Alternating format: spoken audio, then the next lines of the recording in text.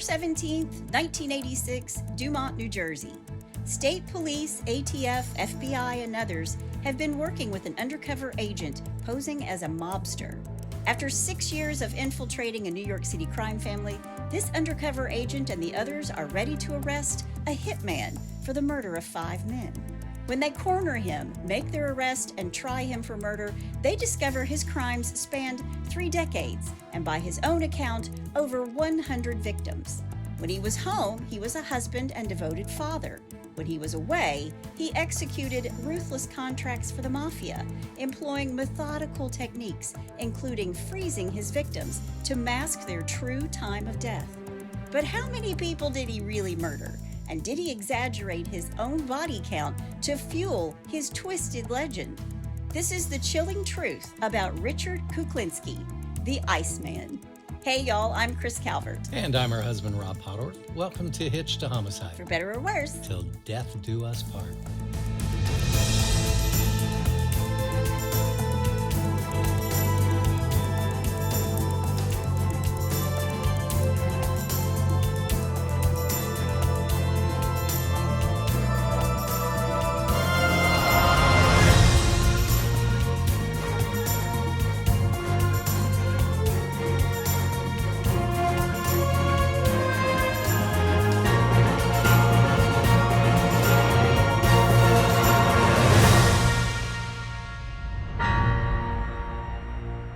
Welcome everyone to season 6 of our podcast. Yes, welcome. And for our friends in the Mariana Island, Hafa Adai, Hafa Adai, Hafa Adai. I'm gonna admit it now. Yeah. I have no idea where that is. It's out in the ocean. Well, that much I figured. We want to thank everyone who's been here from the beginning and to all who are new to our podcast. Yep. As long as you guys are listening, we're going to keep on talking about bad guys and true crime, like the guy we're going to talk about today. Yes. Wherever you are listening, be sure to subscribe to Hitched to Homicide, then like, rate, and review the podcast so others who like true crime and are just like you can find us. And if you're watching us on YouTube, hit that subscribe button below. Yes, please do. If you want true crime with us all the time, please go join our closed Facebook group, The In-Laws and Outlaws. Go to Facebook, type in H2H, In-Laws and Outlaws. Answer a couple questions. You're in. Go join. Yes. It's getting to be a really big group. We just love you guys. And let me tell you, we are selective. Not everybody gets in. Yeah. You have to answer the questions, and you really need to be into true crime. Yeah. There's all kinds of extra information in there. I like to post other pictures and stuff in there that you don't get to see if you're just listening to the podcast on your favorite podcast platform. Like Scotty. Every now and then he makes it in there. Yes. But it's a great group of folks. You can find us on Instagram at Hitched to Homicide or on X at H2H_podcast. And we have a Buy Me a Coffee link if you want to send Rob some coffee or me Please. some Diet Mountain Dew. I do get one every single day, but I'm mostly drinking water these days. Yay. You can find that link in our show notes. You can also send us a text. The link to that is at the top of the show notes where it says, send Kris and Rob a text. Yeah. This case is so interesting. It's been on my radar forever. We've had more than one person request it. I watched so many documentaries about this guy years ago, Richard Kuklinski, the Iceman. Yeah, I did too. I mean, I have two passions, World War II history and anything about the Mafia. I have no idea why, but I just do. So I had watched a documentary on this guy. And there's a bunch of them. Yeah, and you're right. We really don't know if he's telling the truth about all the people he killed, but the ones that they know he killed was pretty ruthless. Yeah. I did lots of research on him, and the more research I did, the more questions I had. So, there you have it. I'm going to talk about some of these Mafia guys, so I might quiz you as we go along, honey, to see if you know their little mobster monikers. All right. Before we get started, let me thank some sources: Murderpedia, The Daily News, The Herald News, themobmuseum.org, Find a Grave, AmericanMafia.com, The Sun, All That's Interesting, The Cinemaholic, Analysis of the Psychopathic Traits of Richard the Iceman Kuklinski, World's Most Evil Killers, True Crime Central, The Casual Criminalist Podcast, A&E's Undercover Caught on Tape, and HBO's The Iceman Tapes Parts 1, 2, and 3. Wow. They just kept going back to this guy to talk to him. Yeah, wow. All right, well, you ready? I am. Let's do it. Richard Leonard Kuklinski was born on April 11th, 1935 in Jersey City, New Jersey, to Stanley and Anna Kuklinski. Okay. Richard's father was Polish, hence the name Kuklinski. Right. His mother was Irish. She was also an orphan, so she really didn't know what a loving family looked like. It's a bad family dynamic, just right out of the gate. Okay. The family lived in the projects, and Richard is second of 4 children. Now, his father, Stanley, was a brakeman on the railroad, and he's also a violent alcoholic who would not only beat his wife, Anna, severely, but also the kids. And he did this on a regular basis without giving it a second thought, and sometimes for absolutely no reason at all. I guess I just never understand that. That's because you came from a loving family where your parents weren't psychopaths. That's true. It's you true. know? But it's just beyond me. I think that's why I like cop shows and lockup and prison shows and all that stuff, because it's such another side of the world that I just have no clue about, that it's just interesting to me. I don't know. Yeah, well, there are bad parents out there. What is it? You need a license to drive a car, but not to be a parent. So yeah, it's crazy. his mom, Anna, was a devout Catholic, and she was also a strict disciplinarian. She's very much a part of the abuse as well. Her weapon of choice was a broomstick. Jeez. And she just beat the kids with it whenever she wanted to. She did work, I believe, like in a slaughterhouse, a meat market. But the abuse by Stanley was so bad that in February of 1941, when Richard is 5, his dad beat his older brother, 7-year-old Florian, to death. Oh. And when the ambulance arrived, his mother lied and said that Florian had fallen down the stairs. Isn't that what they always say? He just fell down the stairs. Jeez. He's bumping into things. Yeah, when the kids have bruises, he's so clumsy. Wow. Yeah. Stanley would never be charged in the death of his son. And not long after he kills Florian, Stanley up and leaves the family, but he's going to come back periodically, usually drunk and usually violent. Richard was now the oldest boy, and he was kind of left to take care of himself and his siblings, which included a brother named Joseph Michael Kuklinski. So no father figure, and the father figure he did have was a monster.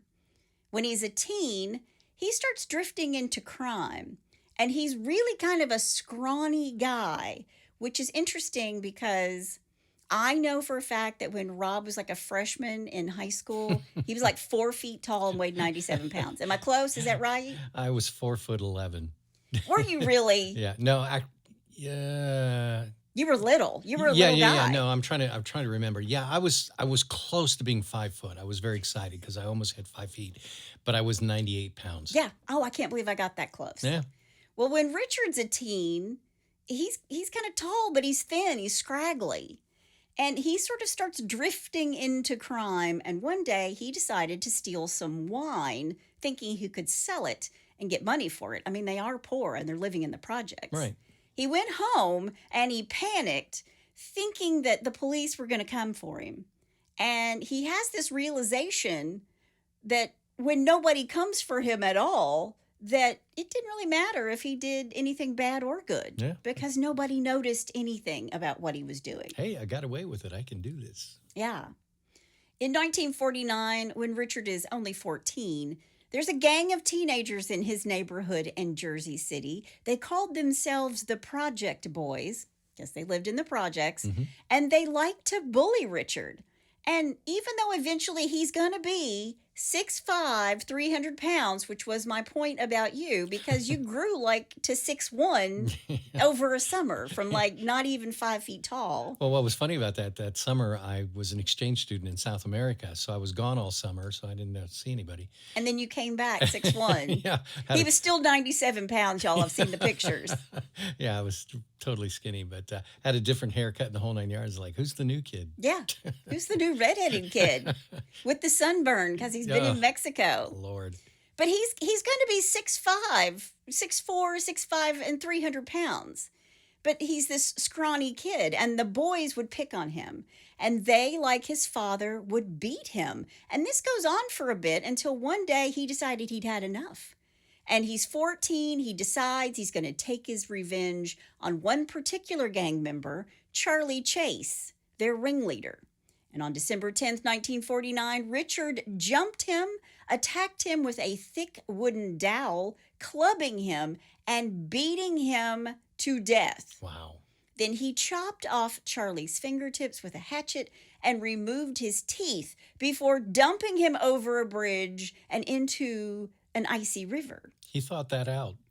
Yeah, he was getting rid of identifying evidence at 14. Yeah, absolutely. Here's the kicker. The next day, when Richard hears that Charlie's missing and eventually presumed dead, he kind of felt like somebody. You know, he was like, I did that. And it made him feel good. Yeah. So after his first murder, Richard went after the other boys in the gang, attacking them all with this metal pole that he found in a trash can, nearly beating all of them to death. And later, Richard will say that his first murder was the one that taught him that it was better to be the attacker than to be attacked. Wow. Better to give than to receive. Yeah. And all this is kind of a theme with Richard. He hurts people just for making him feel bad about something. Wow. His number one pet peeve was, quote, loud-mouthed people, end quote. Well, join the gang, Richard. Yeah.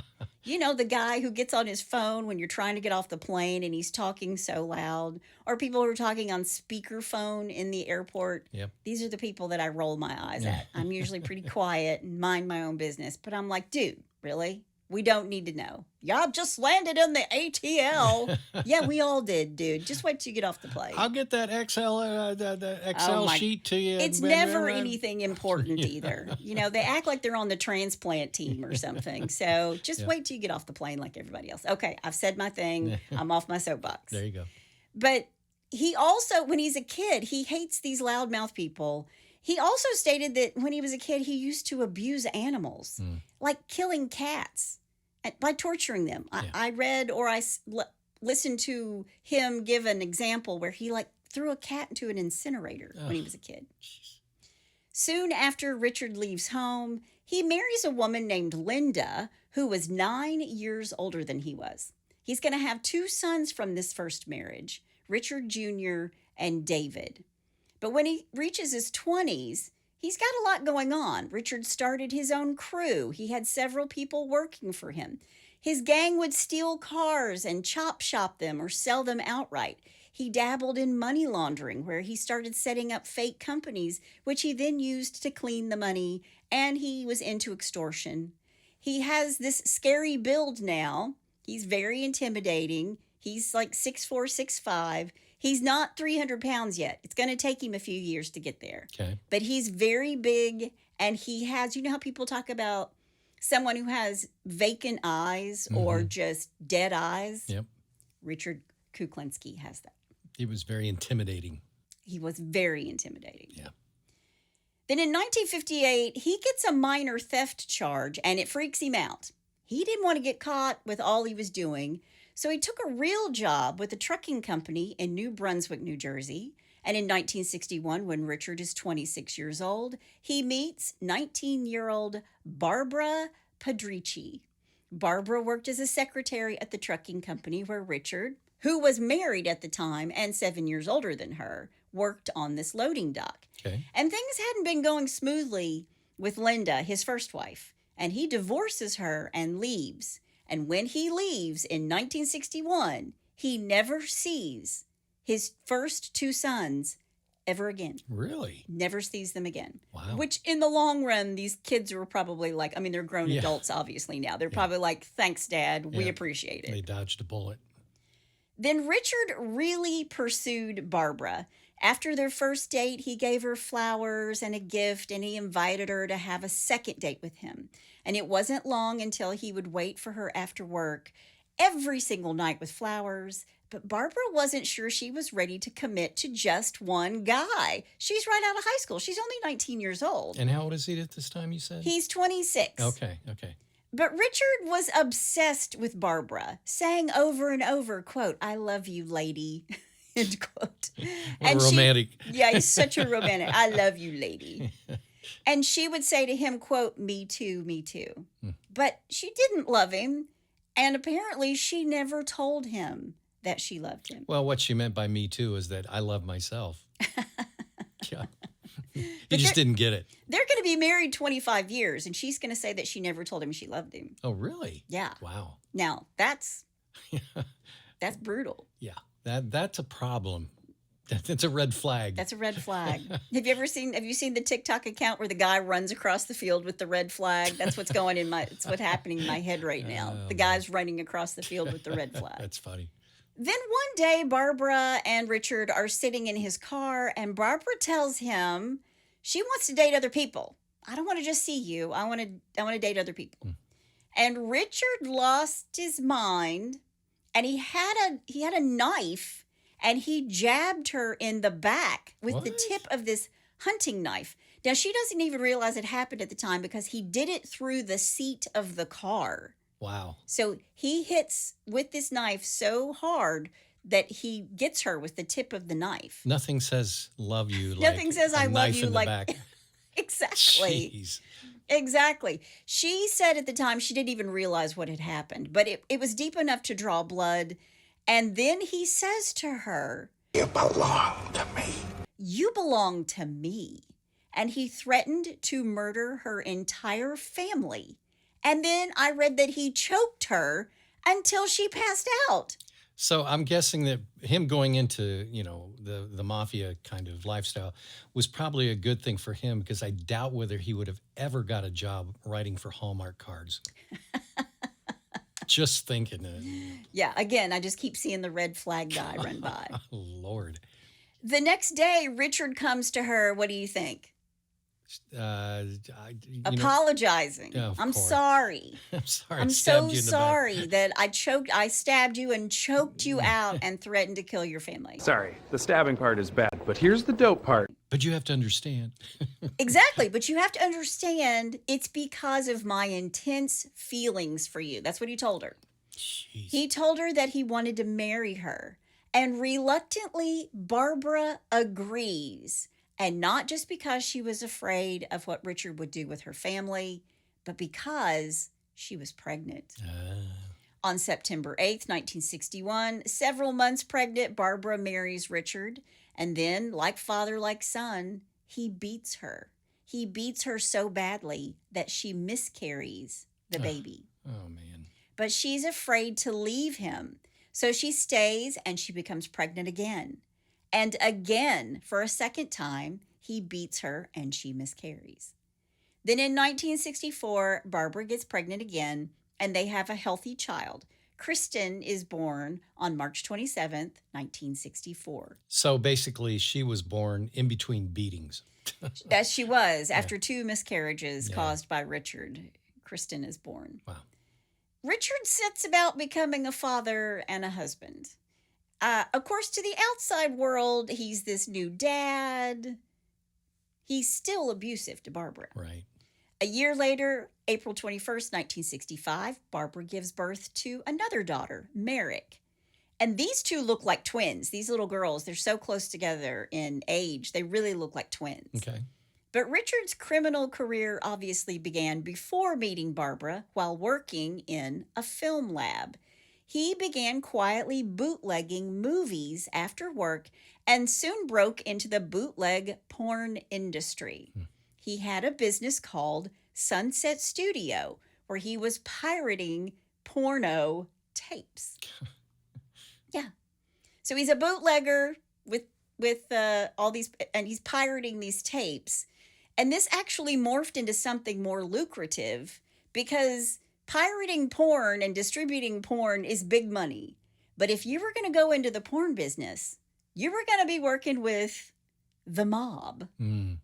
It's still 1965, and this is when, through these connections to the mob, he meets and becomes associated with Roy DeMeo, who was a butcher by trade. They actually called him the Butcher. Wow. And he is a soldier in the Gambino crime family. Oh. And when Roy DeMeo discovers that Richard had done some, quote, special work for another crime family, he recruited him and introduced Richard to the Gambino family. Mostly because he was tired of Richard encroaching on his porn business. So it was kind of like, this guy's got his own thing going on. We just need to bring him into the fold. Right. Because he's 6'4", 6'5", got the dead eyes, and he doesn't have a problem with hurting people. He'll fit right in. He's going to fit right into the Gambino family. Man. Now, Roy DeMeo was the creator of what was called the Gemini method to dispose of murder victims for the Gambinos. Have you heard of this? I don't know. It's gonna ring a bell as soon as I start talking about it. Okay. He's a former butcher's assistant, so he bragged that he could slice, chop, and dismember victims for easy, unseen disposal. He perfected this way of murdering and packing bodies, and it was called the Gemini method because they did it in a certain location, the Gemini Lounge. Okay, I don't know any of this. You don't know this? No. Okay. No. For the location, and he had like this whole procedure. Okay. The site of the butchering was the Gemini Lounge, a local bar he secretly owned on Flatlands Avenue in the east area of Brooklyn. Now, DeMeo, his targets unknowingly entered the door inside this bar into a flat that was rented by a gang member named Joseph Giuliano. I'm going to butcher all these Italian names. Giuliano. I'm sorry. He was nicknamed Dracula, so let me just call him that. Okay. Dracula's apartment was a slaughterhouse, otherwise known as the Horror Hotel. Jeez. And inside DeMeo's murder toolkit, he had guns, ropes, knives, ice picks, you know, all the accoutrement. and various accoutrements for carving, chopping, and sawing. I'm telling you. Wow. Victims of this ritual-like Gemini method would first suffer a suppressed gunshot to the head. Then, as former DeMeo associate turned witness Dominic Montaglio testified in court, quote, somebody would wrap a towel around to stop the blood, and somebody would stab him in the heart to stop the blood from pumping. Gee whiz.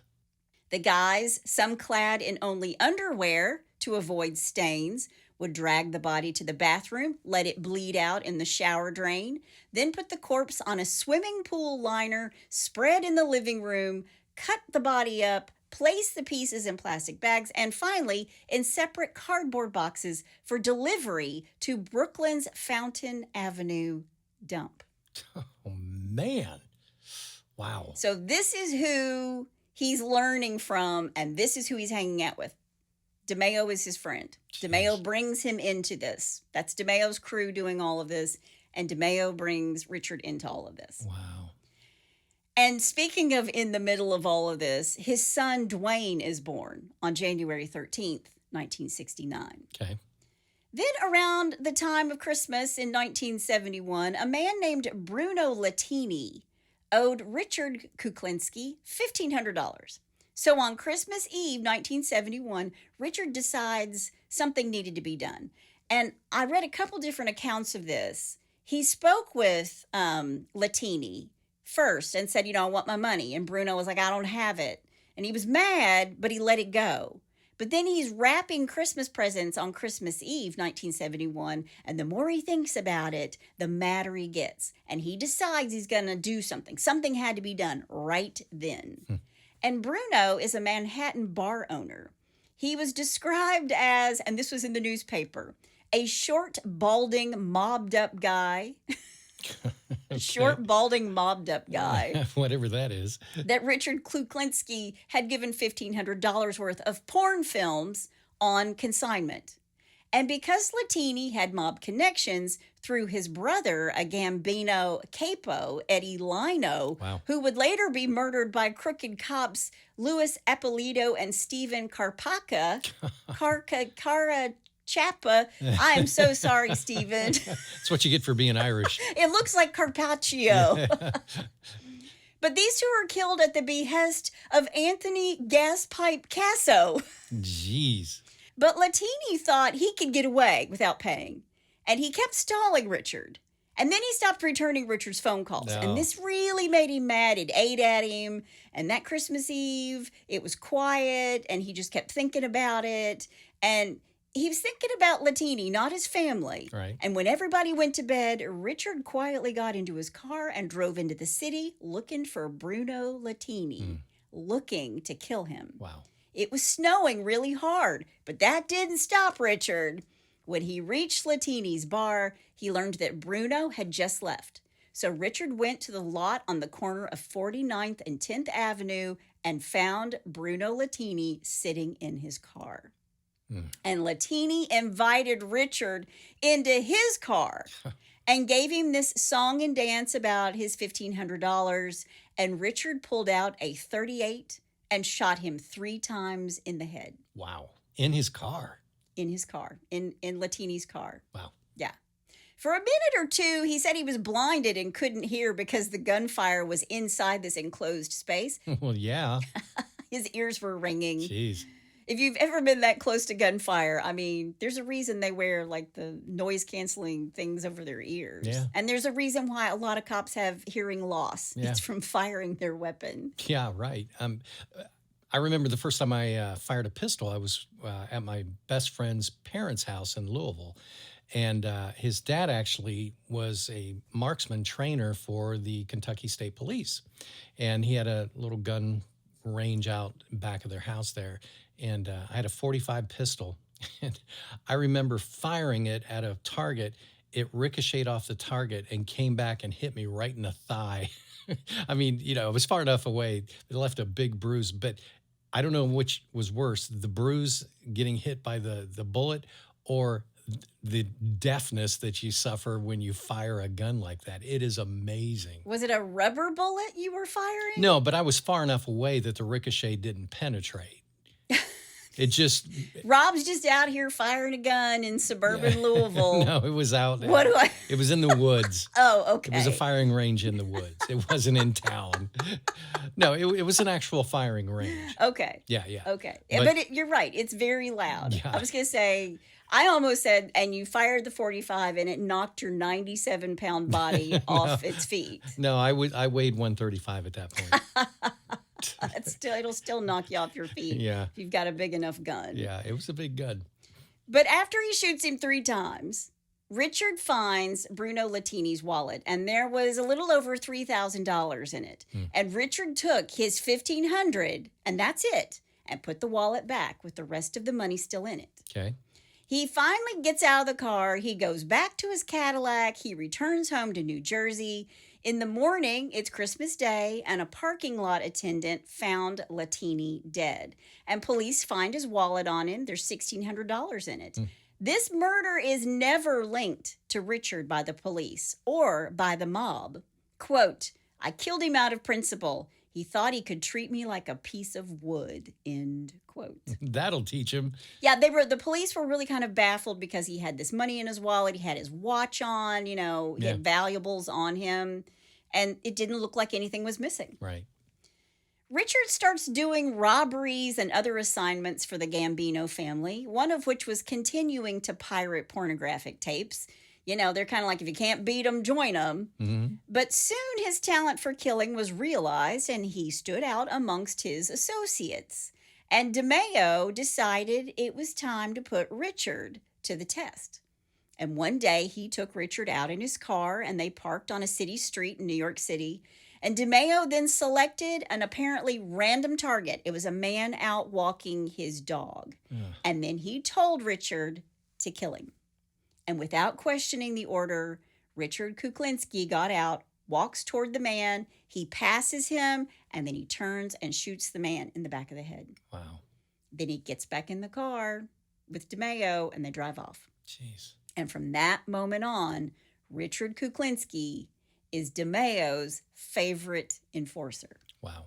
Because he had no empathy, he showed no remorse.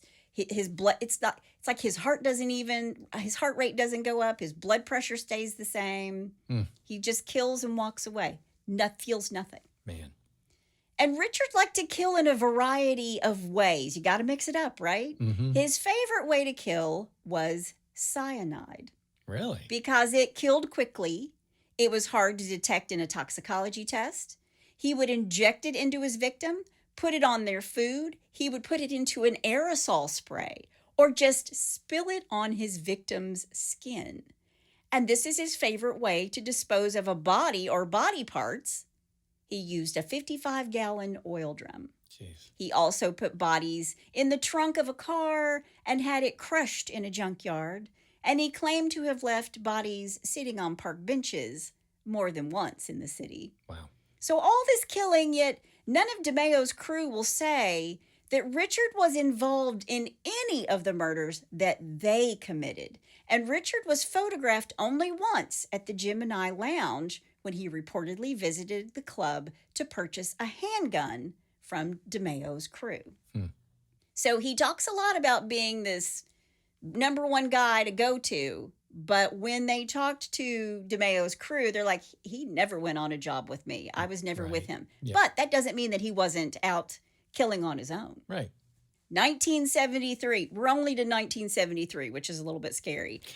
A man named Paul Rothenberg was New York's premier distributor of pornographic movies. Now, Paul made extortion payments to DeMeo and Anthony Nino Gaggi, a Gambino capo, 15 years older than him. Okay. 3 weeks before this murder, authorities raided Rothenberg's film processing business and questioned him about his bank checks to Roy DeMeo. And Nino ordered the hit on Paul Rothenberg, and they send in Kuklinski. Okay.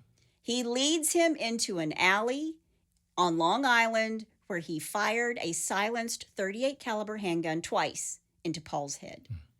So I just want to say this now, because he has no feeling, because he's just not really, the whole time I was reading this, I'm like, Richard Kuklinski is Luca Brasi. Yeah. He's Luca. Yeah. That means Luca Brasi sleeps with the fishes. Luca Brasi sleeps with the fishes. He does. Although I think my favorite part is where Luca is like practicing his lines before he goes in to see the dom at the wedding. Dankalo. I am honored and grateful that you have invited me to your home.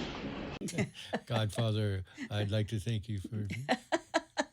On this day. Yes. Yeah, on this beautiful day of your daughter's And wedding. may your firstborn be a masculine. May your firstborn child be a masculine child. And I hope that their first child be a masculine child. That's what you need to say to everybody, y'all. Yeah. May your firstborn child be a masculine child. What a great movie. If they don't get it, you're like, you can't be my friend We can't be friends anymore. because you don't know the Godfather. Yeah, exactly. Yeah. But Richard knew that this was the beginning of his beautiful friendship with some of New York and New Jersey's most infamous crime families. He's now this killer for hire, and he left a trail, although they couldn't associate him with many of these murders. Whenever there were unsolved murders that were associated with Cosa Nostra, which is the Mafia, authorities would check travel records, and they could see that Richard would have been in that area just for the day. Places like Switzerland and Hawaii, where someone would end up dead during his like one-day stay. Right. So he was in Hawaii, in Maui, my favorite island, by the way. There was a man thrown out of a third-floor balcony of his hotel. Jeez. Richard was there that day, gone the next. That man died that night. So Richard threw him off the balcony, flew back to New York before the guy was even discovered, put in the hospital, and passed away. Wow. So again, he feels no empathy. None of it was personal. It was all business. It's not personal. It's business. Business. It's not personal. It's business. Yeah. And Richard Kuklinski isn't even on the police's radar yet, okay? Man. And Richard didn't just obey his official orders. He also carried out murders of his own prowling on the Upper West Side of New York City, where he said he targeted people who annoyed him or somehow slighted him. Again, he liked to hurt anybody who tried to make him feel, quote, bad. So he was an overachiever murderer. He's like a killing machine. Yeah. And if you cross him the wrong way, boom, you're gone. Wow. Now, to Richard's family, he's just a husband and a dad. I'm going to tell you this right from the get-go. She's married to him for 25 years. She has no idea what he's doing. That's incredible. No idea what he's doing. Wow. They thought he was just this guy who went to work, came home each night to their suburban New Jersey house. Richard and Barbara had these 3 kids, Merrick, Kristen, and Dwayne. And on the outside, he's this normal father. He's going to church where he is an usher. Oh, man. Going every Sunday with the family and even hosting backyard barbecues and parties with the neighbors. Wow. And I may have missed this, but what did they think that he did for a living when he went to work? That he dealt in like international money, and he was an accountant, sort of that kind of line of thing. It had to do with money, obviously, but yeah. Right. Yeah. Okay. All right. But he's this great guy. He's really charming. Everybody likes him in the neighborhood. But behind the scenes, he's being abusive to Barbara. Right. He never touched his children. But according to them, he was mentally abusive. His daughter, Merrick, she remembers that her dad had terrible and terrifying road rage. And he also killed her dog one night for coming home late. What? Yeah. Oh, You man. can't like anybody who kills the dog. No. He just went down on my list. His kids also, Scotty's not around, is he? No. Okay. He didn't I hear was going to that. say cover his ears. He didn't hear it. But he also liked to take out his anger on the furniture in the house. He hates these cans. He hates these cans! Yeah. Oh, man. But their kids and Barbara said that they never knew where their money came from. But it did allow them to buy this really nice house. He put in a pool in the backyard. They had luxuries like new cars all the time, new television sets. But Barbara is still seeing his violent side because Richard broke her nose 3 times Gee whiz. and once tried to run her down with a car. It was a new car, though. It was a new caddy. Yeah, he liked the caddies. Wow. He often woke her up in the middle of the night by holding a pillow over her face and threatening to kill her, Jeez. which is what most women do with their partners who snore like a freight train. They're like, if I just take this pillow and put it over his face just for a little bit. Instead, I just tap him on the shoulder and say, turn over, honey. I'm just kidding. I would never. I have to make sure I'm not implicating myself in anything here. Yeah. So to their neighbors, he presented himself as this loving husband to Barbara. Everybody who met him, according to Barbara, quote, thought I was the luckiest person in the world, end quote. The flower truck showed up at their house once a week.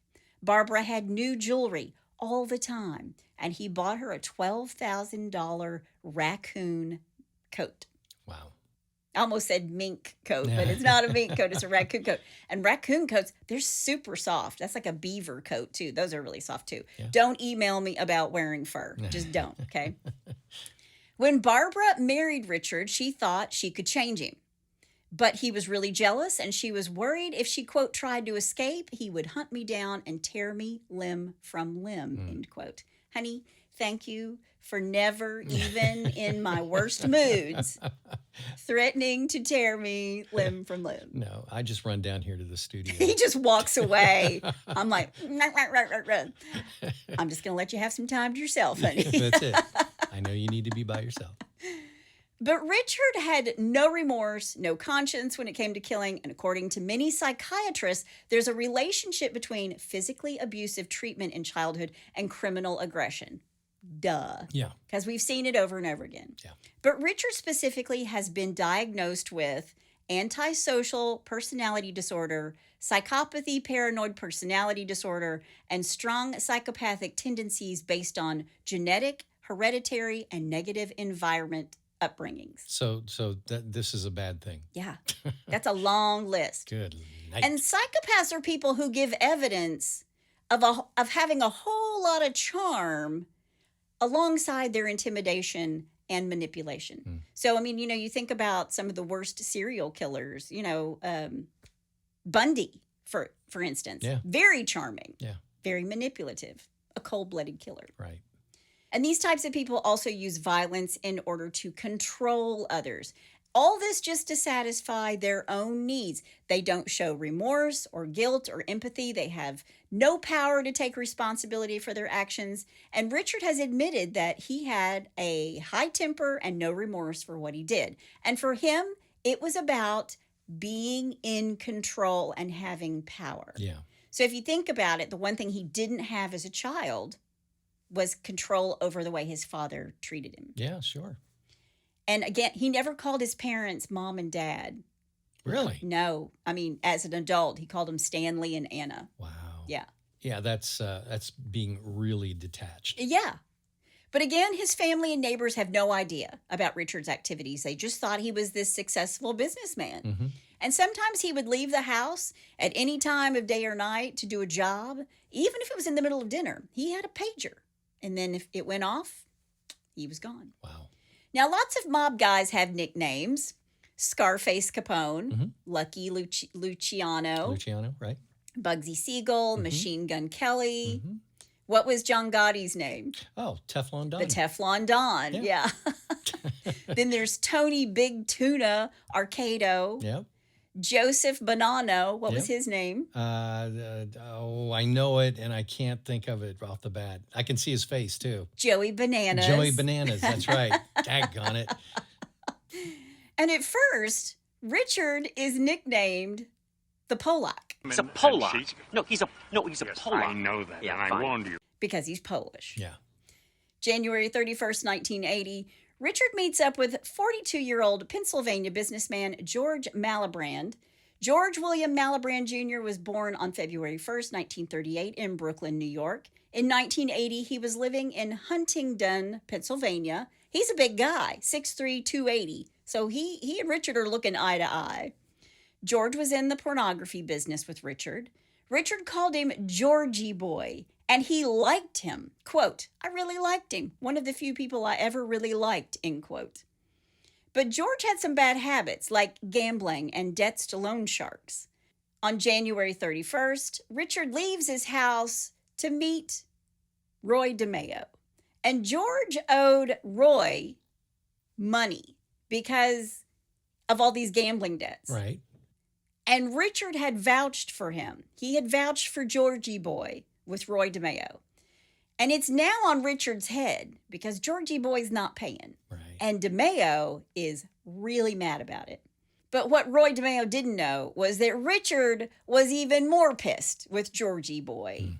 And it had been simmering since the year before. Because in the summer of 1979, Georgie Boy showed up at Richard's house, just walking his cute little butt into the backyard during a family gathering, asking for him. Hey, Richard, I need to see you. Hey, Richie, I need to talk to you. And Richard did not mix his professional and his personal life. And he was so angry with George, and he held on to this. Now, with DeMeo mad about the money George owed him, Richard was pissed at George, and he told him so. And George reminded Richard, I know where your family lives. Oh, geez. That is not a smart move, Georgie Boy. Wow. Of course, it's a veiled threat. Yeah. It's also the last threat that George would make in his life. Yeah, because right then and there, Richard, he's got him in the car. Richard pulled over and fired 5 shots. Into his head. Into his head. Jeez. With a .38. Wow. But now, Richard, who always puts thought into what he's doing, even when he's killing, well, now he's got a body to dispose of that he didn't plan on disposing of on that day. Yeah. And what's Richard's favorite way to dispose of a body? I already told you this. 55 gallon, the oil drum. Right. But George is a big guy, and he wouldn't fit. So he stuffed the corpse into the drum head first, and he finds that he can't quite make his legs fit in. And the answer was to break one. He cut the tendons behind the knee and snapped the leg forward. Then he placed it on top of the barrel. So he like folds that leg on top. Yeah, I will never be able to spatchcock a chicken ever again in my life. Poulard demi-désossé. And just because of that imagery in my head. But they're so good in the smoker that way, honey. They are. I'm just going to have to close my eyes when I do it. So he puts his leg on top of the barrel, then he secures the top of the barrel to it. Then he rolled it off a cliff in the Palisades. It hit some 60 feet below. And after this, Richard paid Roy DeMeo off himself. He paid off George's debts. Right. He was done with George Malaban. Okay. A few days later, on February 5th, the owner of a Jersey City building walks out and sees at the foot of this cliff, there's this dented drum. Yeah. But the impact of the drum on the ground caused it to pop open. Yeah, of course it did. I mean, he was, as my mother used to say, 10 pounds of potatoes in a 5-pound sack. Yeah, exactly. Wow. So this guy gets closer and he sees two bloody human legs, and one of them is turned the wrong way. When police ID him as George Malaban, they start poking around and they hear from George's brother that George was seriously afraid of one man, Richard Kuklinski. On the day George is murdered, he's carrying with him $27,000 in cash. He told his family the money was going to be used to buy a batch of tapes. There are no suspects in this murder, although the police do know what George was supposedly doing. He was meeting up with this guy named Richie, right, or Big Richie. Right. But now he's on the authorities' radar. March 14th, 1980, Detective Peter Calabro is slowly driving his car through a snowstorm. Richard had been hired by the Gravano family. The member that hired him was Sammy the Bull Gravano. Yeah. Peter was a dirty cop in deep with the Gambino family, and they decided it was time to cut ties with Peter and he needed to be silenced. So they sent Richard, and Richard positioned his van on the road that led to Peter's suburban New Jersey home, and he waited for him. He was waiting for Peter to pass him. And it's a really bad snowy night, and Richard can't even drive that fast. And he's sitting on the side of the road, and Sammy the Bull gave Richard a walkie-talkie, a photo of Peter, and a double-barrel shotgun. And when Peter slowed his Honda Civic to get past Richard's van, Richard, quote, cut loose with both barrels of the blue and black 12-gauge shotgun, shooting Calabro in the side of the head with double-aught buckshot rounds, end quote. Wow. When he carries out the job, he doesn't know he's a cop. But according to Richard, it did matter to him. But killing a cop, even a dirty one, is serious business and is really kind of in violation of the Mafia code. But they ordered the hit at the same time. They're the ones that ordered the hit. And there are those who don't believe this story. The disbelievers don't think that Sammy the Bull called for the hit and Richard did not carry out the hit, but that Peter was involved in a stolen car ring headed up by Roy DeMeo. And there are Mafia experts who say that Sammy the Bull had never done business with Peter. And also, investigators on the New York side of the Hudson River think that Peter's murder wasn't a mob hit at all. It was a family thing. In 1977, Peter's first wife drowned under suspicious circumstances, and two of her brothers are considered key suspects in Peter's murder, their motive being revenge for the death of their sister. Now, one of Richard's friends was a guy named Robert Prongay. Robert sold ice cream out of his Mr. Softy truck. And if you've ever been to New York City or Jersey in the summer, these trucks are everywhere. Yeah. And Robert was an Army-trained demolitions expert who was highly versed in the art of destruction. And he teamed up with Richard for several deals in the pornography trade. And he, too, was doing hits for Roy DeMeo when needed. And Richard Kuklinski learned a lot from Mr. Softy. That's what they called him. One thing that Robert was good at was using various types of drugs and chemicals to kill, and he was the one who turned him on to cyanide. He taught Richard how to put cyanide in a spray bottle, which could be used to quickly and easily take someone out. And once the poison got into them through the nose, they were gone. He even demonstrated this technique, and in less than 15 seconds, Richard watched a man fall dead in the street. Wow. So Mr. Softy's like, it really works. Let me show you how. Gee whiz. And he just goes out into the street and sprays it in Randomly. somebody's face. Mm-hmm. Man. Yeah. And somehow, people don't know how, but somehow Robert Prongay, Mr. Softy, he managed to get cyanide quite easily. And Kuklinski never learned this source. Really? Nope, Wow. never learned it. Huh. And that's going to come back to bite him in the butt. Okay. Prongay also experimented with other things. Mr. Softy, he tried other things too. He wanted to know, for example, if a body kept frozen could foil the medical examiner's reading for a time of death. I mean, he's driving around an ice cream truck. Yeah. So if this is true, then a killer would never have to worry about an alibi because they'd never be able to determine the time of death. Yeah. You couldn't pinpoint that. Yeah. Yeah.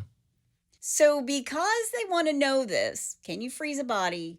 50-year-old Louis Masgay becomes the guinea pig.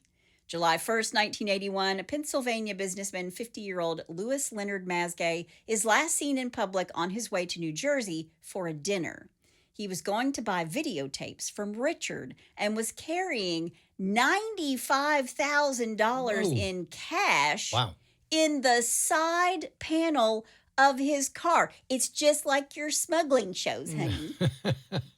Oh, man. I keep hand sanitizer in the side of my That's where I car- keep my car hand door, yeah. sanitizer, too. But yeah, don't they keep drugs in the side panels of the car? Yeah. Oh, And they he put had- them everywhere. He had $95,000 in the side panel of his car. Jeez.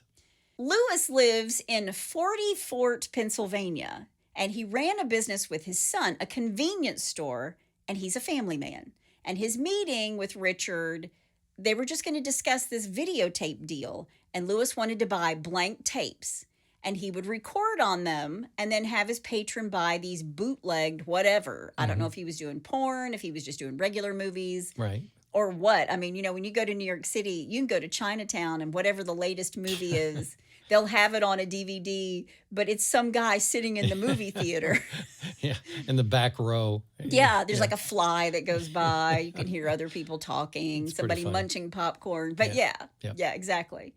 But Lewis had already attempted this exchange with Richard several times, and each time Richard stood him up. He just wouldn't show up. And Masgay didn't realize that this is kind of part of Richard's MO. He wanted to get his targets all worked up over some non-existent deal, increasing both the anticipation and the price he was going to charge them each time. Okay. So he's like he wants to screw with their minds too. Yeah.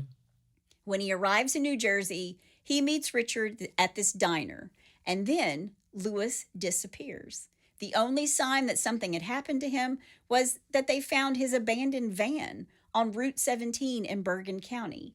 And the secret panel where he'd kept all his cash had been ripped out, and the $95,000 was gone. Was gone. Richard shot him in the back of the head, although I read that he laced his hamburger with cyanide, so maybe he did both.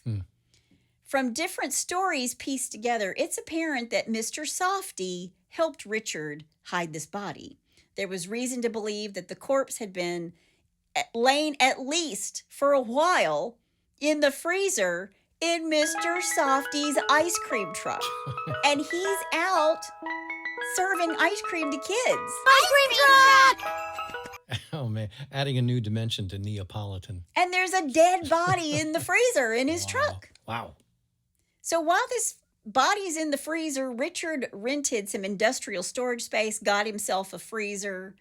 One witness later claimed to have seen Lewis's body hanging in a large industrial freezer in a warehouse that was rented by Richard.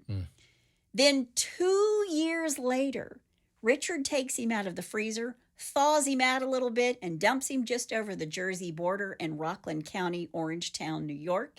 He was wrapped in plastic garbage bags. And oddly, he had on the exact same clothes that he was wearing the day that he vanished 2 years ago. But the medical examiner thought the body looked fresh. But then during the autopsy, ice crystals were found inside the tissue, and it gave away what had actually happened. Right.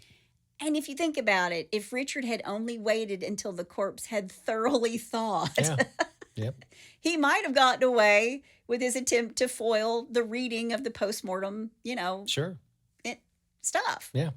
When Masgay was identified through his fingerprints, Richard became a chief suspect, and the cops started calling him the Iceman. So it wasn't the other mob guys. They called him the Polak.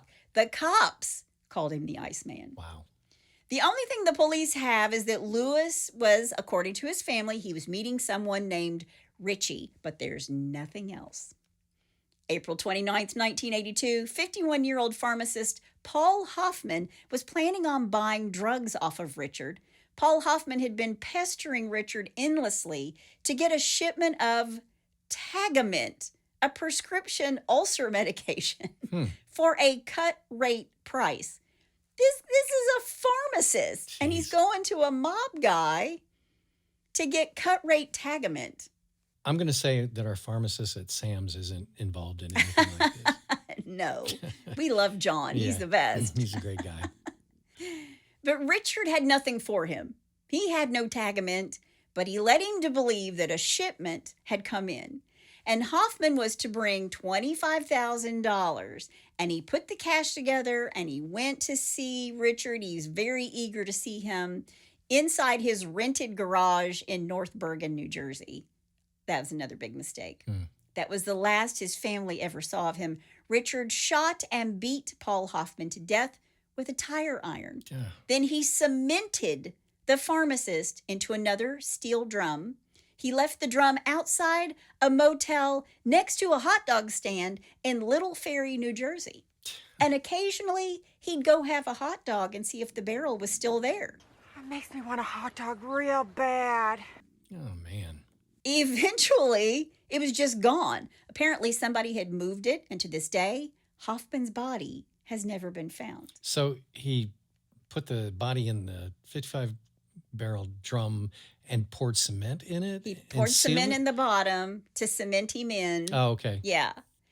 Close the lid and put it by a hot dog stand. And he'd go get a hot dog every now and then just see if it was still there. And no one ever discovered a body in that thing? They just moved the barrel, apparently.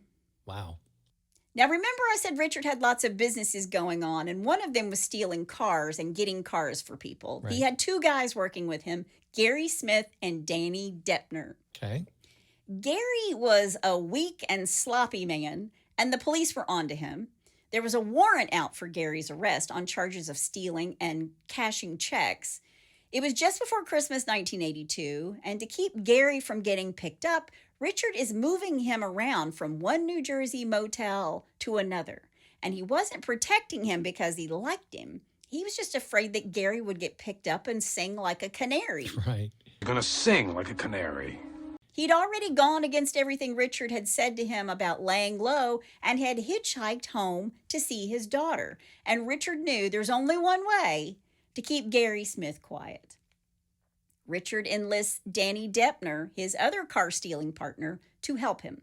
But there's a warrant out for Danny as well, and he too could not keep his mouth shut. Richard let Danny know through his estranged wife that it was time for Gary to, quote, go to Florida, end quote, which meant it was time for him to die. Yeah. Richard had tired of hiding him and footing the bill, not to mention he has to bring him food every day in whatever hotel he's in. Yeah. And he was concerned that one or the other of these two men would willingly make a deal with the police to save their own skin, and he wasn't going to let that happen. Right. If Richard was anything, he was careful. On the evening of December 15th in the New York motel off Route 3 near the Lincoln Tunnel, Richard Kuklinski brought hamburgers to room 31. Gary Smith liked hamburgers, so that made things easier. Richard handed over the bag of food, giving one wrapped burger to him and one to Deppner, his other partner who showed up. Right. He knows that this burger is okay. They both watched as Smith wolfed down the other burger. But nothing happened. And Richard's puzzled, like he had mixed cyanide in ketchup and it was supposed to work pretty daggone fast. Right. But Smith wasn't showing any sign of it. He took another bite and then he started to choke. And Richard was so pleased. Finally, the stuff was working.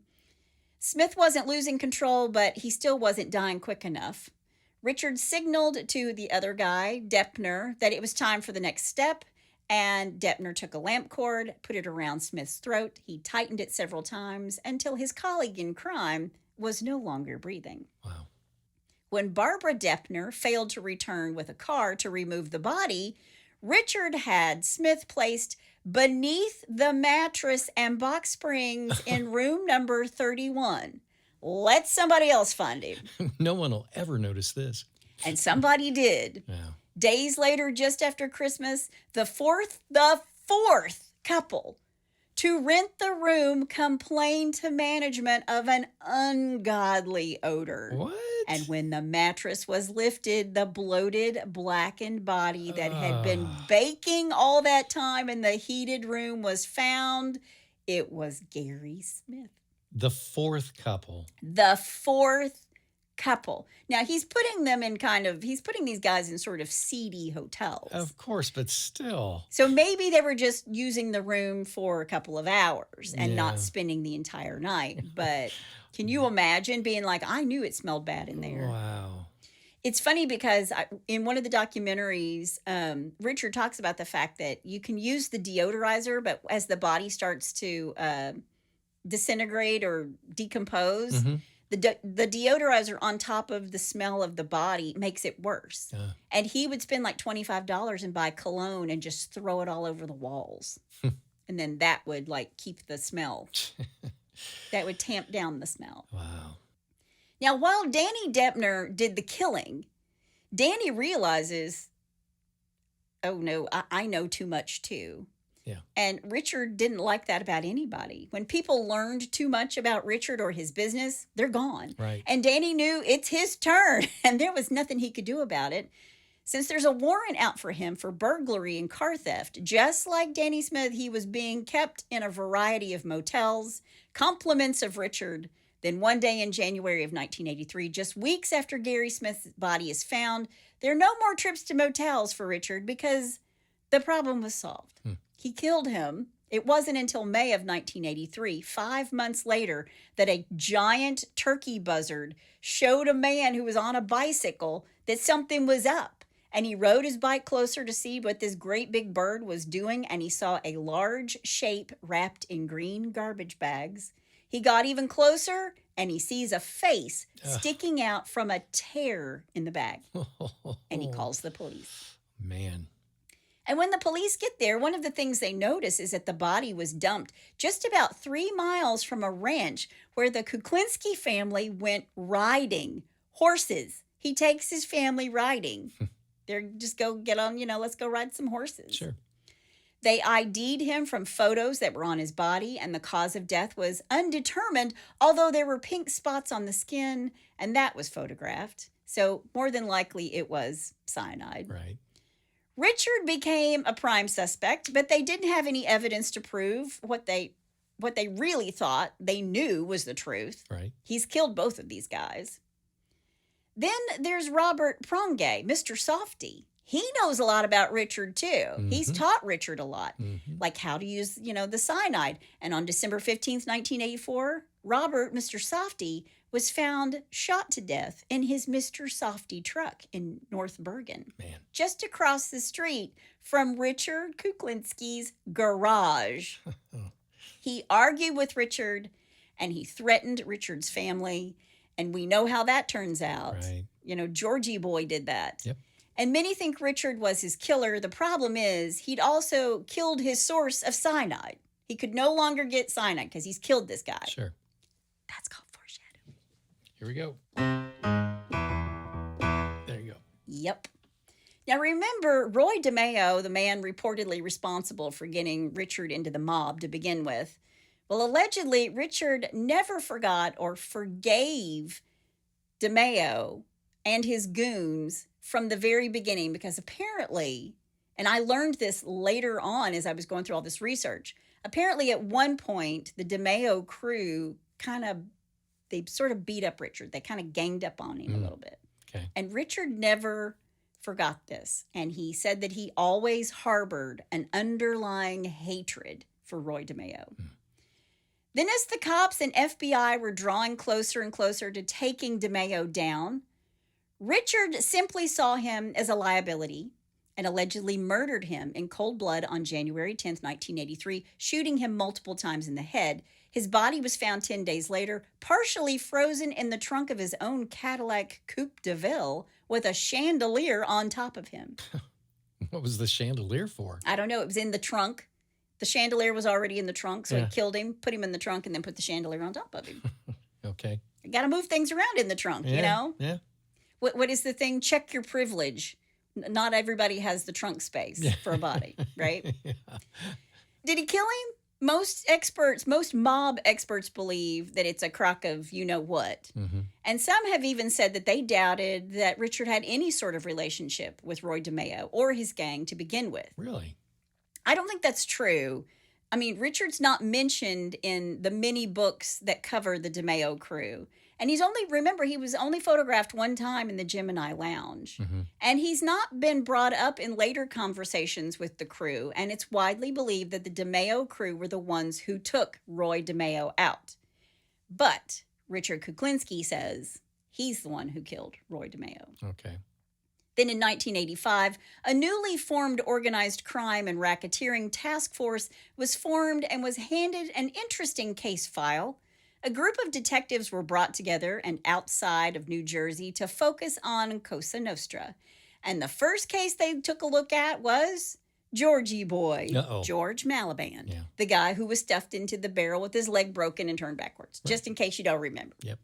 And there were a series of car thefts and burglaries in North New Jersey, and officers were investigating and noticed that the persons in charge of those crimes ended up dead. People like George Miliband and Louis Masgay and Philip Hoffman, and a group of experienced detectives from Jersey, New York, and even Pennsylvania come together to work in this task force. And they start reopening these murder cases to see if there's any connection. Mm-hmm. But there's a guy in the New Jersey State Police. He's a detective named Pat Kane. He started looking into these cases 6 years before this task force is even put together. Gotcha. Now, I want you to meet ATF Special Agent Dominic Polifrone, an undercover agent who went by Dominic Provenzano. Another one of those names. Dominic Provenzano, Okay. who specialized in mafia cases. And Detective Pat Kane recruited Phil Solimene, a friend of Richard, and introduced Dominic, or Dom, to Richard Kuklinski. Okay. So Detective Pat Kane recruits Phil, who's a friend of Richard Kuklinski's, Right. and introduces Dominic Okay. to Richard. So now this undercover ATF guy has met Richard. Gotcha. Okay. Okay? I got it. They give Dom a fake rap sheet and a fake mug shot, and he started cozying up to Richard, and they called it Operation Iceman. Mm. When he finally gained Richard's trust, Dom told him he wanted to help him take out a rich kid who was looking for cocaine. He wants to hire Richard for the hit, or to help him with the hit. And this entire time, he's with Richard. Dom is wearing a wire, and he's recording all of these conversations with the Iceman for 2 years. Oh, wow. Now, I want you to remember, it's 1984. Mm-hmm. It's not like the wires that we wear now that the FBI can do now. Yeah. This is like a whole wire, like taped to his body. Yeah. He was risking his life Yeah, to 'cause do this. Richard would have shot him on sight. Absolutely. Wow.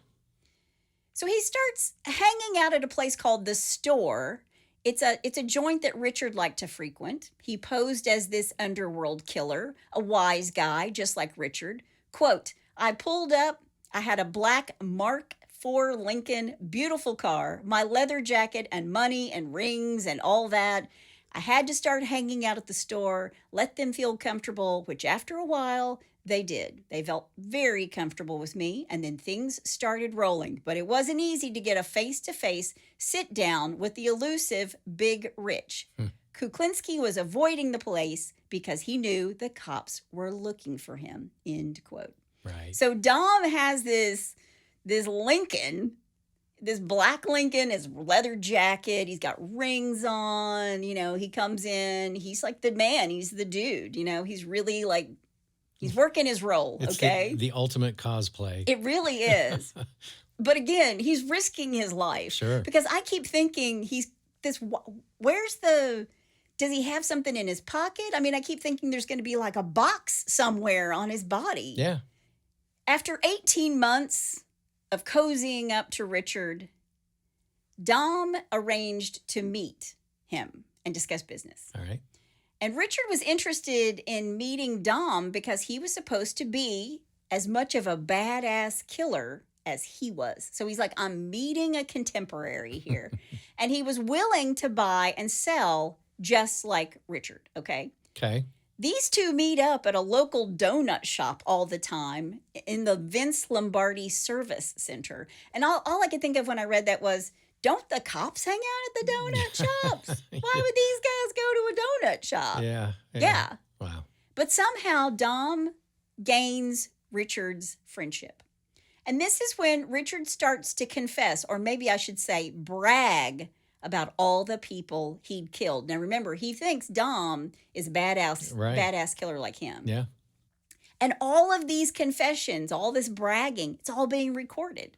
Man. He told Dom who he murdered, how he murdered them, and what he did with bodies, not to mention how much he enjoyed carrying out the hits. On December 17th, 1986, based on the testimony of this undercover agent, Dominic, who'd infiltrated this Gambino family over this period of 6 years and had started talking to Richard, the Attorney General's office, the New Jersey State Police, and the Bureau of Alcohol, Tobacco, and Firearms all worked together. Again, the plan was that Dom needed Richard's help in offing a rich kid who wanted cocaine. So this kid was going to show up with a bunch of money. They didn't have any cocaine. They just wanted the money. They were going to kill the kid. Right. And Richard tells him in great detail on tape how they could do it. And cyanide was the best way. But he doesn't have any. So Dom lies and tells Richard, oh, I can get the cyanide. I can get cyanide. And what the Bureau actually gives him is called quinine. And Richard has with him on the day that they're going to meet with this fictional rich kid, right, egg salad sandwiches in the car. That's what they're going to put the cyanide on. Gotcha. And all I could think of was egg salad sandwiches make me want to barf. And if I showed up and I was supposed to be like the rich kid, I'd be like, yeah, I want my cocaine. I don't want your egg salad, right? Well, yeah. See, I'm just the opposite, though. I know you are. Rob would have eaten the whole egg salad sandwich. In one bite.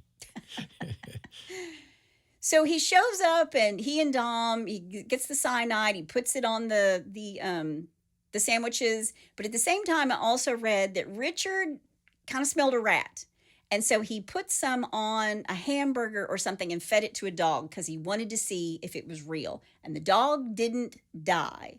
So did he know or did he not know? Because they're two different stories. He says he knew. Okay. Operation Iceman says he didn't have a clue. He didn't have a clue what was happening. Right. But on the morning of December 17th, 1986, his wife Barbara wasn't feeling well. But Richard still went to meet with Dom. He's got the sandwiches. He told him, here are the sandwiches, put the cyanide on. I'll be back. And he rushed home to be with Barbara to take her to the doctor. And when he goes home, the police surround Richard's house. They block off his entire street. He gets in the car. He starts to pull out. All the cops, they sort of just converge on him. They stop him. He tried to get away. He jumped the curb and was going through somebody's yard. They still get him. When they arrested Richard, Barbara's in the seat next to him, not knowing what's going on. Jeez, that's amazing. 25 years and she had no idea. Yeah. Wow. They get him out of the car. He's fighting them. But they get him out of the car and they get him to the ground and they handcuff him. Yeah, wow. I wonder how many guys it took to get him down. This is a big guy. Well, I think it took 6. Wow. And I'll tell you why in just a second. Okay. But there was a loaded gun under the seat of the car. And since Barbara's in the car, they charge her with possession of a deadly weapon. It was a tactic they were going to use against Richard because they knew that nothing was more important to him than his family. Mm-hmm. He was charged with 5 murders: Daniel E. Deppner, Gary T. Smith, who they found underneath the bed, George Malibran, Louis Masgay, and Paul Hoffman. And the bail is set by Bergen County Judge Peter, he's an Italian guy, Cilione, for $2 million. Okay. Now, Richard's defense attorney, Frank P. Luciana, another Italian guy, Right. he goes to the judge and says, look, my client has been crime-free. He's got a crime-free record for the past 20 years, which is such a joke. But the prosecution, Deputy Attorney General Robert Carroll, tells the court that Richard had been to Switzerland lots of times. And when they looked into it, he had another flight to Switzerland booked. Oh. He was a flight risk. And he told Dom, their undercover agent, that he had, quote, one more problem to take care of, then he would retire because he had money out of the country, end quote. Ah, okay. When Richard's finally arrested, his children aren't children anymore. Merrick is 22, Christian is 21, and Dwayne is 18. Barbara was charged with this possession of the firearm and resisting arrest because she's like, he hasn't done anything. What are you doing with my husband? I mean, I'd be charged with resisting arrest if you got pulled over. I'd take somebody out, you know? Don't touch my husband. But as they're dragging him in after they arrest him, there are all these cameras there. And he wears these sort of rose-colored glasses, which I think is kind of ironic. Yeah. But he wears these sort of rose-colored glasses that just make him look like, I don't know what, kind of like the devil in disguise or something. Right. But as he's being led into the police station, he's telling all the cameras, do you see this? You look at this? It took 6 of them. It took 6 of them. Took 6 of them to take me down. I haven't done anything. Look at all of this. You know, he's just running his mouth the whole time. Sure. But Barbara's telling the police that her husband deals in foreign currency and, quote, has never done anything wrong, end quote. Think again. When the agents from Operation Iceman start going through all these tapes, he's telling Dom all about his kills, how easy it is to kill with cyanide, sprinkling it on food or spraying it in the victim's face. You know, he goes into great detail. Right. And he vividly tells Dom how he killed a man with cyanide on a crowded street. Quote, I was walking down the street. It was crowded. I went by this one guy, made believe I was sneezing. I had a handkerchief over my nose. I bumped into the guy. Psst. I kept walking. They thought the guy had a heart attack. Nice and quiet, end quote. Man. Richard boasted about a lot of things he'd never done over the years, saying, quote, I mean, I'm no virgin, end quote. His first trial was for the murders of Gary Smith and Daniel Deppner, his past business associates who were in the car stealing business with him. And as the trial gets underway in front of Judge Frederick, oh gosh, this guy's German, Kuklinski. I think I got that one right because it took 3 years of German. Cookie Monster. Kuklinski. But actually, I think it does mean like cake master. So it's like a baker. But big old Richard stands up and introduces himself to the jury saying, quote, hi, I'm Richard Kuklinski, end quote. And the judge goes, sit down. Man. Remember, he's charming. Yeah. He's like, hi, he's just going to introduce himself. Right. March 1988, Richard is convicted of murdering the 2 underlings in his burglary ring, Daniel E. Deppner and Gary T. Smith, both of Vernon, Pennsylvania. He's sentenced to life in prison with no possibility of parole until the age of 111. Wow. In May of 1988, Richard pleads guilty to fatally shooting George Malibran and Louis Masgay, both of Pennsylvania. In return for his plea, the state drops the charge against Barbara. Yeah. And they dropped the charge against Richard for an April 1982 slaying of Paul Hoffman. Okay. He had to confess Right. to killing the pharmacist. In 1992, Richard says during an HBO program that he killed up to 100 people. Now, HBO went in and interviewed him. They did it the first time, and then they came back and they did part 2. And then they came back and they did part 3. They just kept talking to him, and he just kept telling them stories. Wow. In 1993, Richard says in a book that he murdered Roy DeMeo, the Gambino crime family member. He also takes credit for murdering Robert Prongay of North Bergen, whose body was found in 1984. In 2001, Richard appears in the second HBO special and claims he was paid by the mob to kill New York City police detective Peter Calabro. Remember, we talked about him too. Yeah. February 2003, Richard is charged with and pleads guilty to Detective Calabro's murder and implicates former Gambino underboss Salvatore Sammy the Bull Gravano. Yeah. And a week later, Sammy the Bull is charged with the murder. And another 30 years is tacked on to Richard's sentence. Now, he's in prison. He's not going anywhere. Yeah. But he implicates Sammy in this, right? He's got nothing to lose. December 2003, Sammy the Bull appears in court and pleads not guilty to murder. Then, before they can try Sammy, on March 6, 2006, Richard Kuklinski, who was to be the star witness against Sammy the Bull Gravano, dies. Authorities drop the murder charges against Sammy. There are many who believe that it was a hit on Richard. Yeah. In 1993, Barbara actually divorced Richard. Barbara would visit him once a year, even after the divorce. His children made sure that they would never repeat the behavior of their father. While Richard's incarcerated, he was interviewed so many times by criminologists, psychiatrists, writers, prosecutors, television producers. And while being interviewed, Richard provided great insight into the type of man and killer he was. He never killed women or children.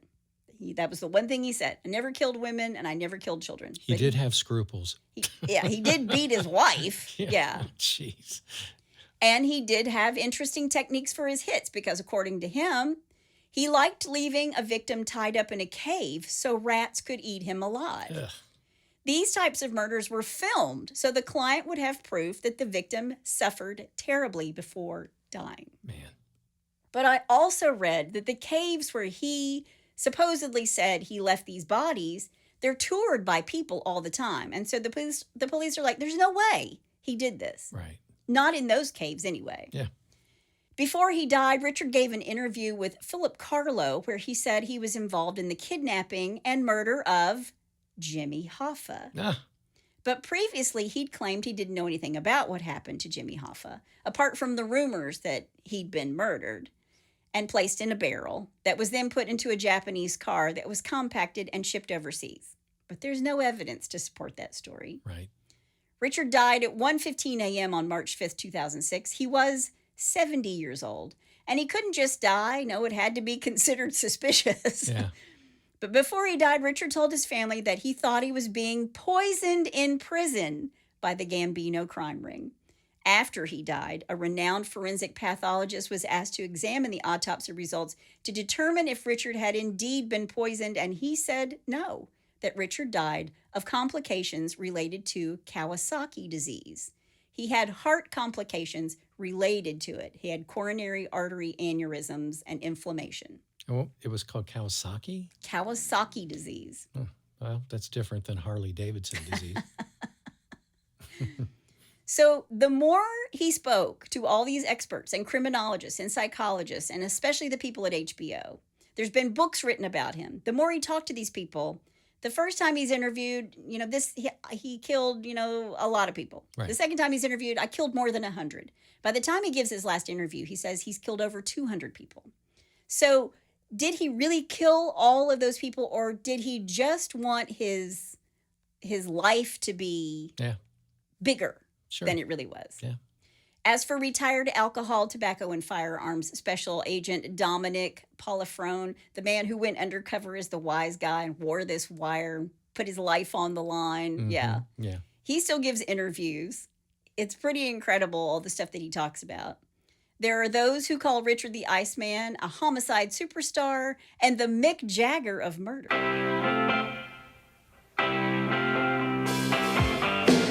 But other mafia experts call Richard the Forrest Gump of mob hits.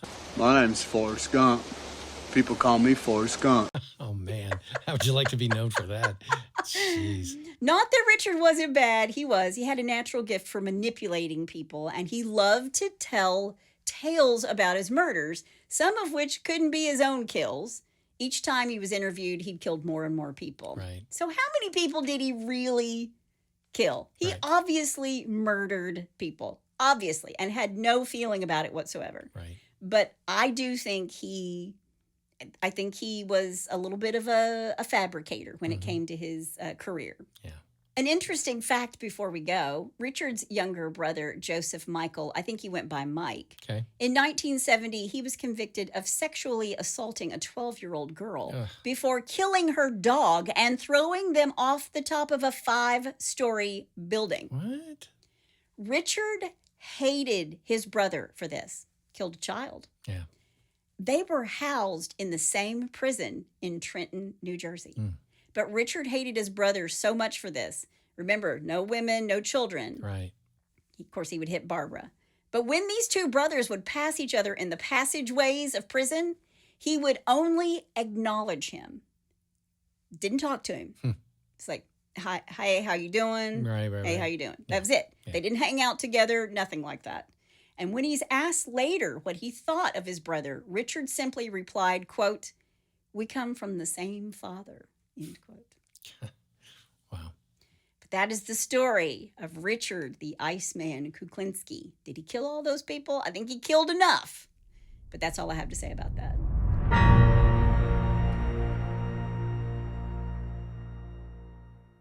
Well, here's my take on everything. Rob's take. Rob's take. Take two. They say they only have one photograph of him at the Gemini.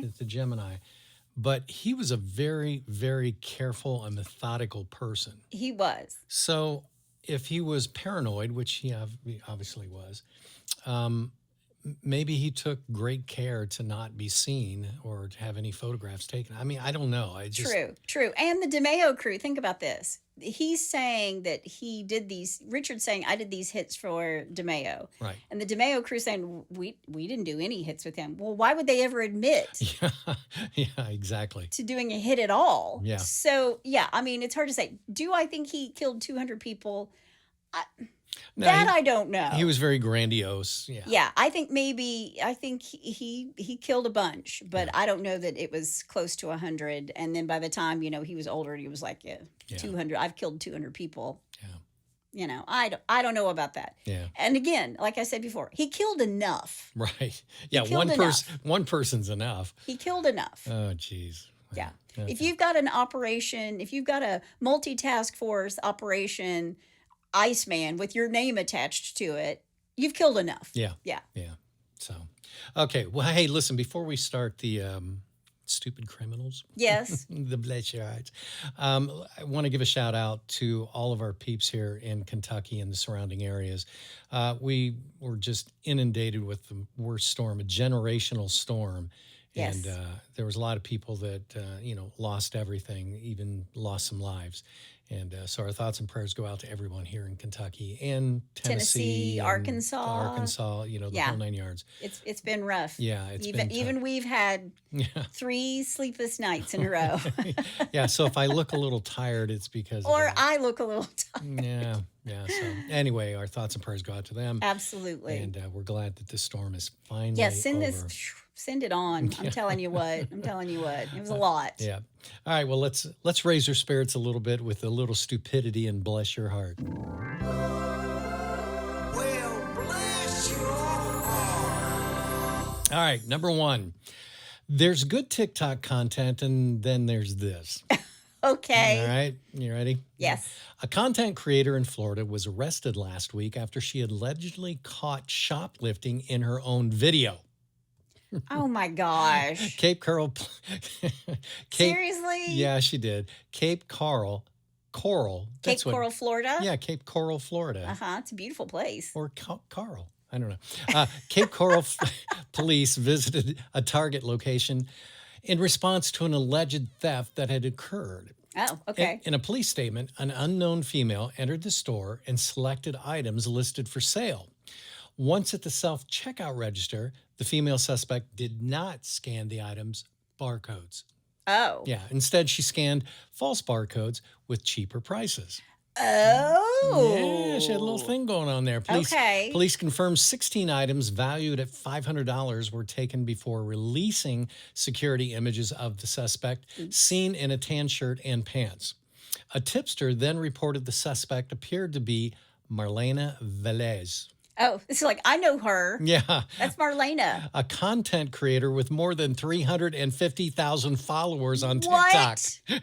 She has that, and she's stealing? Yeah. She's shoplifting? Yep. A video shared on Velez's account showed the 22-year-old preparing for alleged theft in the same outfit and glasses. Oops. Picking out items in the store, then loading them into her vehicle, police said. Oops. She essentially incriminated herself, Officer Riley Carter tells the Express Tribune.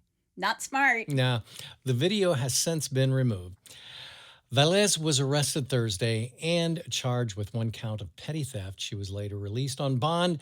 She was also arrested last year for shoplifting at a Walmart in Cape Coral after surveillance footage showed her underringing items at a self-checkout per the Tribune. So she's done that more than once. Yeah. You know, I always think when I'm checking out at the grocery store, how do they know I've bought the organic apples? Yeah. Or the cheaper pesticide apples. Yeah. I always say that I bought the organic apples. I just want to, I'm honest about it. But how do they know that? I don't know. But she pleaded no contest, completed an anti-theft course, and served 6 months of probation. She just got 6 months of probation for that? That's it. Okay. All right, number 2. Keep the change, you filthy animal. Okay. An alleged armed robber was foiled in the early hours of Christmas Day in what police say was like a scene from Home Alone. Okay. Police say Luis Ordonez, I'm sure I'm butchering that name, concealed himself behind a business in Gainesville, Georgia, which had been experiencing unusually low temperatures. Inside the building? No, he was behind the building. Oh, okay. But the building had been... No, this will make sense in a second. Okay. Okay.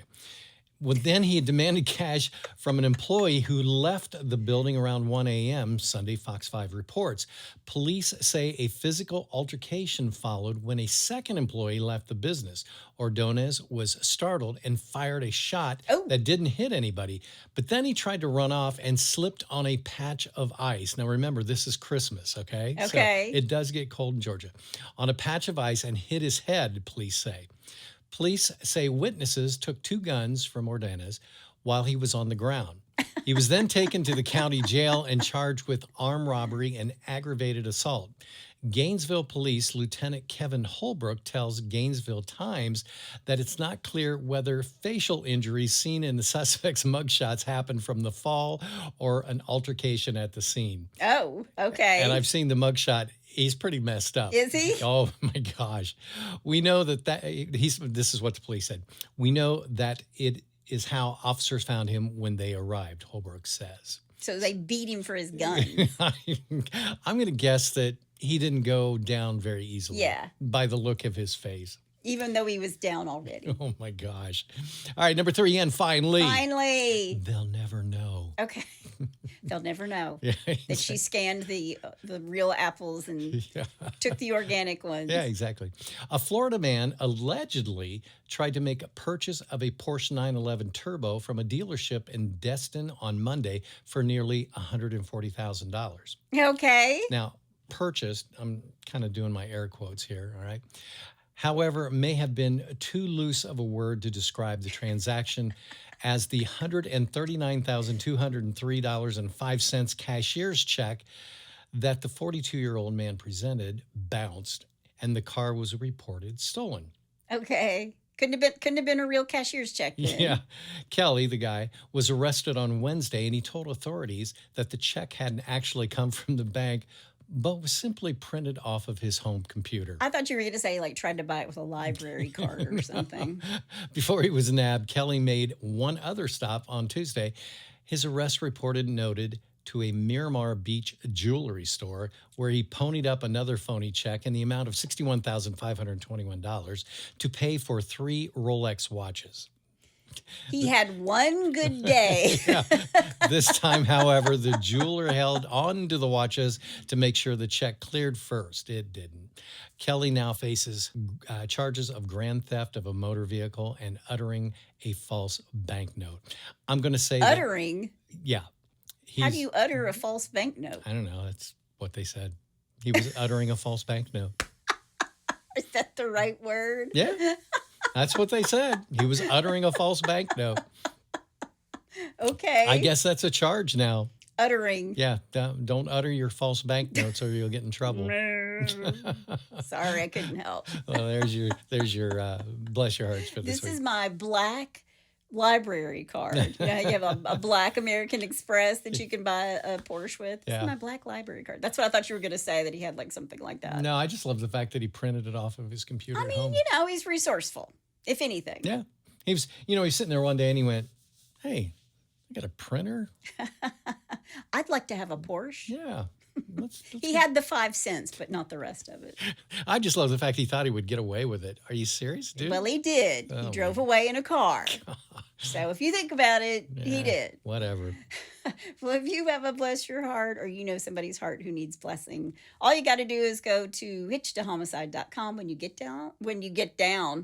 there, Uttering. you can pull down you can pull down the menu. We'll pull down. Yeah. We're off the rails. Yeah. No sleep. Oh my gosh. You haven't lived until you're in your basement in a motorcycle helmet while the tornado sirens are going off at 3 a.m. Sorry. Good times. It was good times. Jeez. Scotty had one too. Oh my gosh.